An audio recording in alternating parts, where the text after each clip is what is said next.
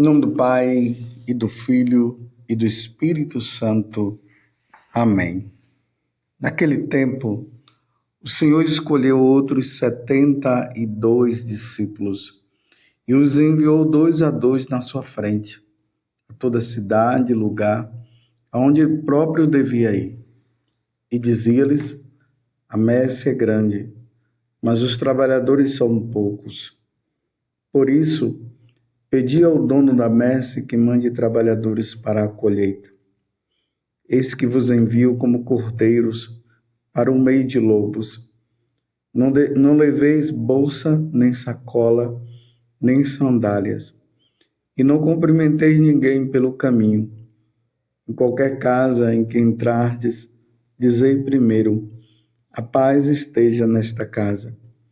Se ali morar um amigo da paz, a vossa paz repousará sobre ele, senão ela voltará para vós.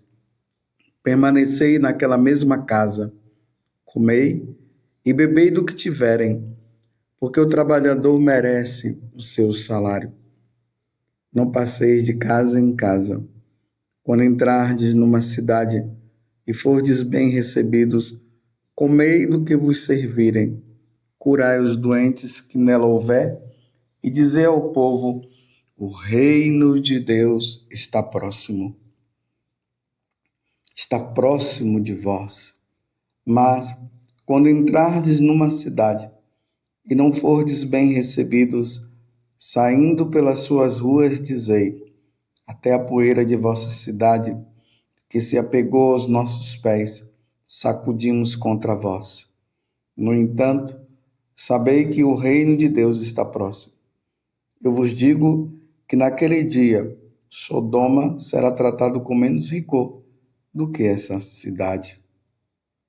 Palavra da salvação. Glória a vós, Senhor. Meus irmãos e minhas irmãs, hoje a igreja, principalmente aqui no Brasil, celebra a memória de Santo André de Soveral, Ambrósio Francisco e seus companheiros. Eles são mártires aqui no Rio Grande do Norte. Mas como aconteceu isso? A evangelização no Rio Grande do Norte, estando no Nordeste do Brasil, começou em 1597. Perceba que foi 96 anos depois do descobrimento do Brasil. Iniciaram com a catequese dos índios e com a formação das primeiras comunidades cristãs. Tudo isso graças aos missionários jesuítas e padres diocesanos do Reino Católico de Portugal. Nas décadas seguintes, houve desembarques naquelas terras de franceses e holandeses. Vieram para o Brasil com o intuito de expulsar os portugueses dos lugares colonizados. Em 1630, os holandeses conseguiram seu objetivo, estabelecendo-se na região nordeste do Brasil. Eles, de confissão calvinistas, então eles eram protestantes, e acompanhados de seus párocos, provocaram um forte conflito na região. A princípio, de forma pacífica, devido à restrição da liberdade de culto aos católicos.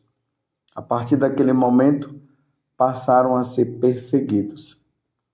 O padre André de Soveral, pároco de Cunhaú, nasceu por volta de 1572 em São Vicente, na Ilha de Santos. Aos 21 anos, ingressou na Companhia de Jesus. Ao final dos estudos, foi enviado para Olinda, em Pernambuco, especificamente ao Centro Missionário de Catequese dos Índios de toda a vasta região. A partir de 1607, tendo deixado os jesuítas, o encontramos como membro do clero diocesano e pároco de Cunhaú, na época do martírio, tinha 73 anos. No domingo, 16 de julho de 1645, enquanto celebrava a Santa Missa na capela local, apareceu Jacó Rabi. Ele anunciou importantes comunicações das autoridades governamentais. Logo após a consagração, uma legião de soldados holandeses, acompanhados de índios das tribos dos Tapuias e Potiguari, todos armados, invadiu o local sagrado, trancou suas portas e atacou ferozmente os fiéis indefesos. Padre André de Soveral, obrigado a interromper a celebração, conseguiu entoar a oração dos moribundos com os fiéis. Todos eles foram mortos à espada, exceto 5 fiéis portugueses que foram feitos reféns.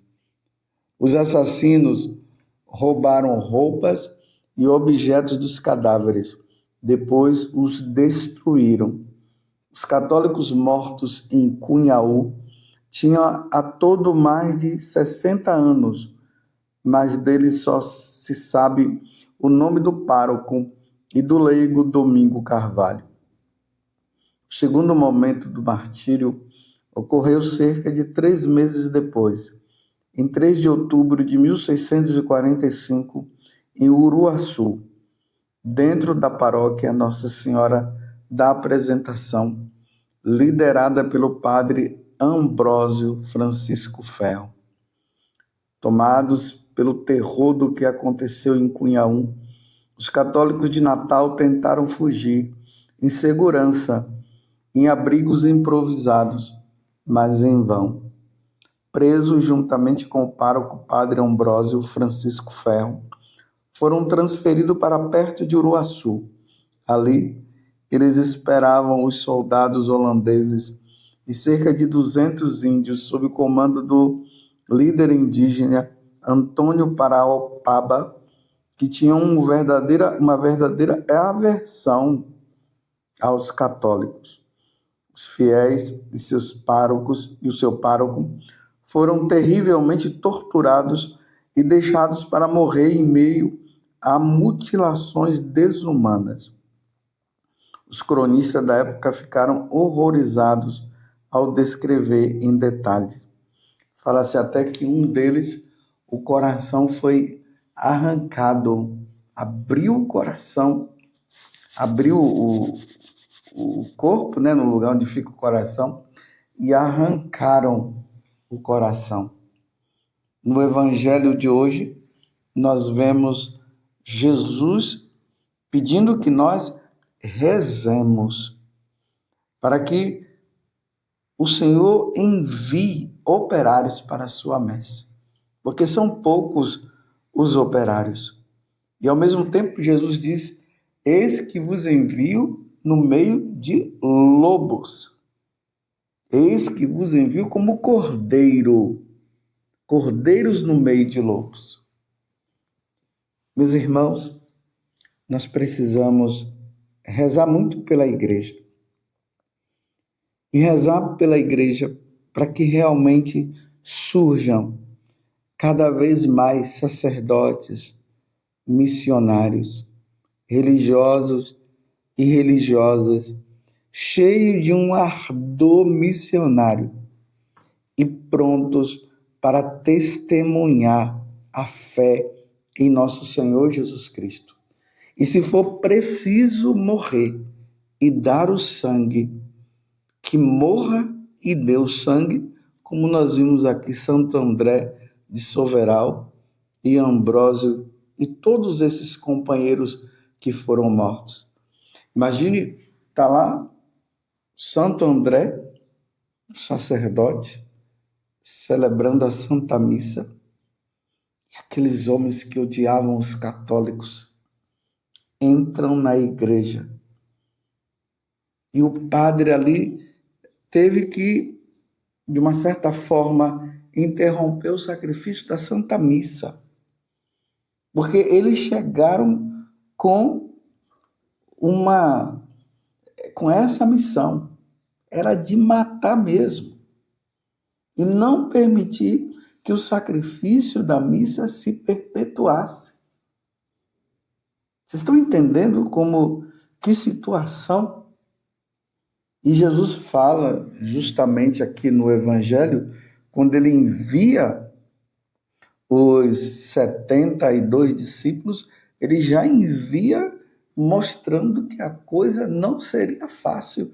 E a evangelização lá nos inícios não foi fácil. E nós estamos, meus irmãos, caminhando para isso. E como vocês podem ver, a perseguição é sempre a Igreja Católica. Nós não vemos as pessoas com perseguição aos outros membros de outras denominações religiosas. Vocês já perceberam? A perseguição é aos católicos, porque é a Igreja de Cristo. E Jesus disse que assim como fizeram comigo, farão com vocês também. E nesses tempos vindouros, que nós não sabemos como, mas nós já percebemos por aí as perseguições que são veladas de um modo geral, veladas. Mas em outros lugares nós já vemos as perseguições aos católicos. Bispos sendo presos, freiras sendo presas, outros sendo mortos. Por isso que a igreja precisa de pessoas que realmente conheçam a Sagrada Escritura, a doutrina da igreja, o que os padres, os santos padres ensinaram, os padres da igreja, para que, diante desses ensinamentos, nós sejamos firmes e tenhamos realmente essa consciência do que Jesus está falando aqui, do reino de Deus, de que a nossa vida neste mundo ela é passageira e que o nosso caminho é o céu. Como aqui no livro de Jó, capítulo 19, do versículo 21 até o 27, que é a primeira leitura de hoje, quando Jó fala: eu mesmo o verei, meus olhos o contemplarão, e não os olhos de outro. Dentro de mim consome-se os meus rins. Eu sei que o meu Redentor está vivo e que por último se levantará sobre o pó. E depois que tiverem destruído esta minha pele, na minha carne verei a Deus. Foi isso que aconteceu com Santo André de Soveral, Santo Ambrósio e os seus companheiros. Passaram pelo sofrimento, sim. Foram torturados, sim. Se vê que ao ponto de aqueles que escreveram a respeito da morte desses cristãos, desses católicos, eles ficarem até apavorados diante dos fatos, diante do que eles souberam, diante do que eles escreveram. Santo André, Santo Ambrósio e os outros foram firmes até o final. Porque no coração deles estava justamente isso que Jó diz: eu sei que meu Redentor está vivo, que por último se levantará sobre o pó, e depois que tiverem destruído esta minha pele, na minha carne eu verei a Deus. Esse sacerdote, junto com todos esses que foram mortos, hoje eles contemplam a face de Deus. O reino de Deus está próximo, diz nosso Senhor.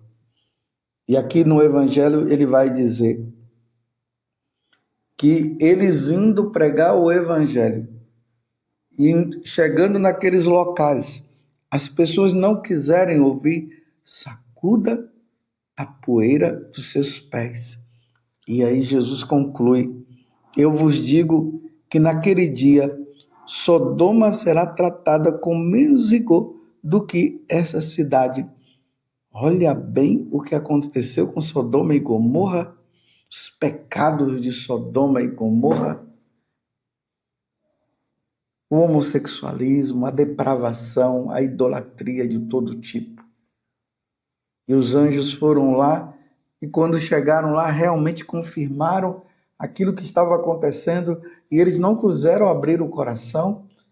E aí Ló foi embora com a família, a esposa dele olhou para trás, virou uma estátua de sal e caiu fogo sobre toda aquela terra. E Jesus está dizendo que aqueles que não ouvem, que não querem ouvir, irão ter um rigor de sofrimento maior do que Sodoma e Gomorra. Porque o fogo é eterno, meus irmãos. Ai, o fogo é eterno. Para aqueles que não querem seguir nosso Senhor. Para aqueles que vivem na vida errada. Ah, o fogo eterno. Não será fácil. E nosso Senhor, Ele não quer que isso aconteça conosco de maneira nenhuma. Por isso que a evangelização ela precisa acontecer, como Santo André de Soveral, Santo Ambrósio, que estavam ali anunciando, pregando o evangelho, mas aqueles que não queriam aceitar os ensinamentos da Igreja Católica foram lá e massacraram, destruíram, mas eles agora estão contemplando a face de Deus. Estão diante de Deus. E agora eles estão desfrutando da felicidade eterna.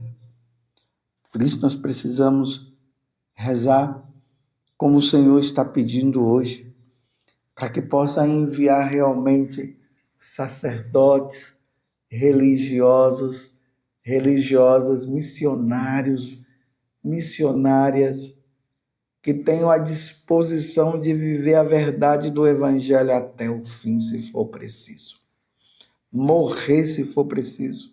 E os católicos morrer se for preciso, pela causa do Senhor, pela verdade do Senhor, morrer pela eternidade, morrer por amor a nosso Senhor Jesus Cristo, morrer proclamando que Jesus Cristo é verdadeiramente Deus, que Ele é o nosso Senhor, que Ele é o nosso Salvador, que não há outro caminho pelo qual o homem seja salvo, a não ser por meio de nosso Senhor Jesus Cristo, e dar a vida.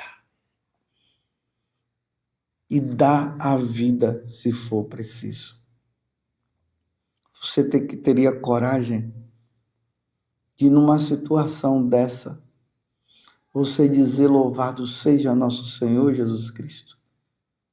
Como na hora em que Santo André estava morrendo, ele disse, louvado seja nosso Senhor Jesus Cristo. Ou seja, ele disse, viva o Santíssimo Sacramento.